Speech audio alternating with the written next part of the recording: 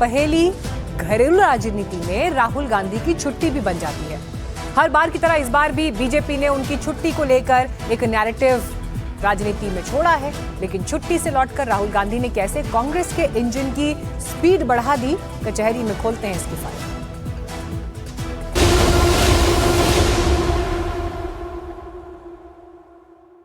राहुल गांधी कांग्रेस के लिए सबसे बड़ा फैक्टर है, ये बात कोई माने या ना माने। ऐसा लग रहा है कि भारत की सबसे पुरानी राजनीतिक पार्टी अब ऐसे दौर में पहुंच चुकी है जहां उसका राजनीतिक तापमान भी एक ही नेता की मौजूदगी से तय होता है। जरा पिछले 3 हफ्तों को आप याद कीजिए, देश में बड़े बड़े मुद्दे उठे, राजनीतिक विवाद हुए, विपक्ष के सामने सरकार को घेरने के कई मौके आए, लेकिन जानकारों की माने तो इस दौरान कांग्रेस का राष्ट्रीय नैरेटिव उतना मुखर नहीं दिखा।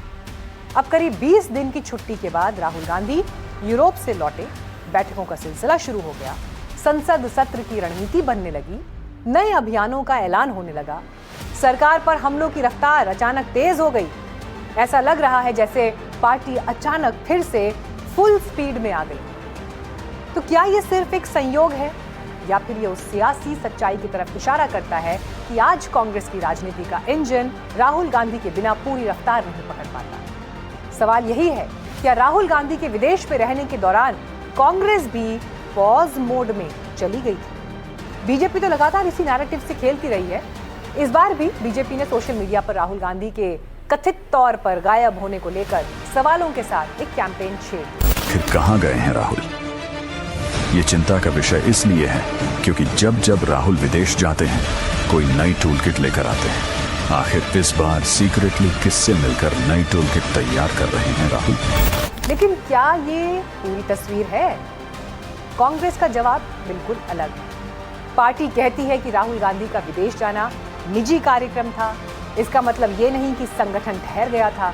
प्रदेश अध्यक्ष, मुख्यमंत्री, सांसद, संगठन लगातार सक्रिय रहे। देश भर में प्रेस कॉन्फ्रेंस हुई, मुद्दे उठाए गए, सरकार को घेरा गया। बतौर ऑपोजिशन लीडर, ना तो बतौर एक एमपी, किस तरह के नागरिक हैं ये, किस तरह के एमपी हैं ये, किस तरह के एलओपी हैं ये, कि मतलब उनको घूमने फिरने और टूरिज्म, वेकेशन, छुट्टी, मौज मस्ती से ही उनको छुट्टी नहीं मिलती। लेकिन राजनीति में एक सच्चाई और भी होती है, काम करने और काम दिखने में फर्क होता है। जैसे समाजवादी पार्टी के अध्यक्ष अखिलेश यादव ने इस दौरान किया, वो न सिर्फ मोर्चा संभाले रहे बल्कि राजनीति का एजेंडा भी सेट करते हुए दिखे। उन्होंने बीजेपी को घेरने का कोई मौका नहीं छोड़ा। राहुल गांधी छुट्टी पर थे, लेकिन कांग्रेस नेताओं ने देश भर में प्रेस कॉन्फ्रेंस की, बयान भी दिए, सरकार को घेरने की कोशिश भी की। लेकिन क्या उसका वही इम्पैक्ट हुआ? क्या वैसा राजनीतिक माहौल बना जैसा राहुल गांधी की मौजूदगी में बनता है?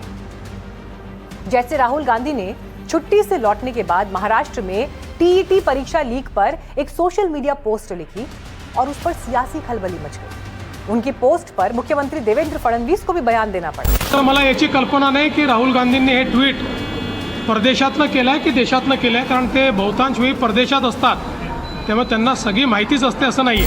राहुल गांधी के खिलाफ बीजेपी का ये नैरेटिव कोई आज का नहीं, लेकिन यहीं से शुरू होती है असली बहस। अब देखिए ना, राहुल गांधी पिछले महीने 17 जून को राजस्थान के कोटा गए थे। वहां उन्होंने छात्रों की गूंज कार्यक्रम के जरिए पेपर लीक, युवाओं के रोजगार का मुद्दा उठाया था। उस कार्यक्रम की काफी चर्चा भी हुई, लेकिन उसके तुरंत बाद वो छुट्टी पर चले गए और जो राजनीतिक मोमेंटम कांग्रेस पार्टी ने बनाना शुरू किया था वो आगे नहीं बढ़ सका। अब छुट्टी से वापसी के बाद राहुल गांधी उसी अभियान को फिर से शुरू कर रहे हैं। 17 जुलाई को देहरादून से छात्रों की गूंज का नया चरण शुरू होगा। राहुल गांधी फिर पेपर लीक और रोजगार को राष्ट्रीय मुद्दा बनाने की कोशिश में है और इसकी बाकायदा घोषणा की गई। ये मूवमेंट है, इसकी शुरुआत है, आप मूवमेंट को ज्वाइन कीजिए।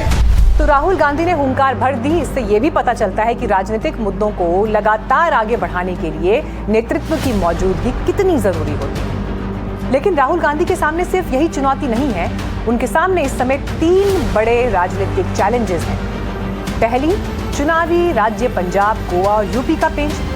दूसरी चुनौती, छात्रों की गूंज मुहिम की रीलॉन्चिंग। और तीसरी, संसद सत्र की चुनौती। लेकिन संसद का मॉनसून सत्र राहुल गांधी के लिए फिलहाल सबसे बड़ी चुनौती कैसे है, इसे समझने के लिए मैंने कुछ देर पहले एनडीटीवी इंडिया संवाददाता जैनेंद्र कुमार से बात की। जी देखिए, संसद का आगामी सत्र मुख्य विपक्षी पार्टी कांग्रेस के लिए सिर्फ एक अन्य संसदीय सत्र भर नहीं है, बल्कि इसमें कांग्रेस की कठिन राजनीतिक परीक्षा भी होनी है। विपक्ष पहले जितना एकजुट नजर आता था, वैसी तस्वीर अब दिखाई नहीं दे रही है। उद्धव ठाकरे की शिवसेना, टीएमसी, आम आदमी पार्टी के भीतर टूट फूट हुई है। डीएमके भी अपनी पुरानी सहयोगी कांग्रेस को छोड़कर अलग रास्ता अख्तियार कर चुकी है। ऐसे में नेता विपक्ष के तौर पर राहुल गांधी की भूमिका काफी महत्वपूर्ण हो जाती है। अब आइए धारणा और हकीकत के बीच का फर्क समझते हैं। धारणा ये बनती है कि राहुल गांधी जब सक्रिय होते हैं तब कांग्रेस का राष्ट्रीय नैरेटिव ज्यादा स्पष्ट दिखाई देता है। उनकी प्रेस कॉन्फ्रेंस, उनकी यात्राएं, उनके बयान, मीडिया का बड़ा हिस्सा उसी पर केंद्रित रहता है। और ऐसे में जब राहुल गांधी कुछ दिनों के लिए सार्वजनिक जीवन से दूर होते हैं, सवाल उठता है कि क्या कांग्रेस के पास ऐसा दूसरा राष्ट्रीय चेहरा है जो उसी स्तर पर राजनीतिक एजेंडा तय कर सके? वायनाड कहीं नहीं, वो जब ही ऐसा दुर्घटना होती है तो वो लापता हो जाते हैं विदेश में। और यही है असली बहस। और ये सवाल नया भी नहीं है। कांग्रेस एक समय ऐसी पार्टी थी जहां अलग अलग राज्यों और राष्ट्रीय स्तर पर एक साथ कई बड़े चेहरे राजनीतिक विमर्श को आगे बढ़ाते थे।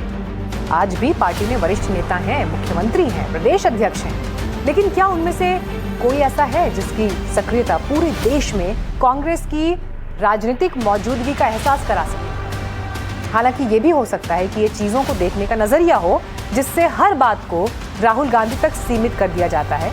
लेकिन राहुल गांधी से जुड़े ऐसे सवालों का सामना कांग्रेस के सहयोगी दल भी कर रहे हैं। भारतीय जनता पार्टी को बड़ा इंटरेस्ट होता है राहुल गांधी जी कहाँ हैं, प्रियंका गांधी जी कहाँ हैं।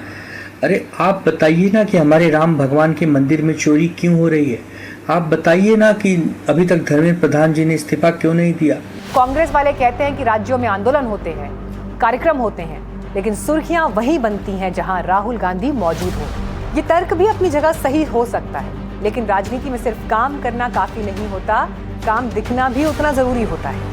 और शायद यही वजह है कि राहुल गांधी की वापसी के साथ कांग्रेस फिर उसी राजनीतिक मोमेंटम को बनाने में जुट गई है जो पिछले कुछ हफ्तों में उनकी गैर मौजूदगी के दौरान कमजोर पड़ता दिख रहा था। वैसे भी लोकतंत्र में किसी भी राष्ट्रीय पार्टी की असली परीक्षा चुनाव के दिन नहीं होती। असली परीक्षा तब होती है जब उसका सबसे बड़ा चेहरा मंच पर मौजूद ना हो, और तब भी उसकी आवाज पूरे देश में उतनी ही बुलंदी के साथ सुनाई।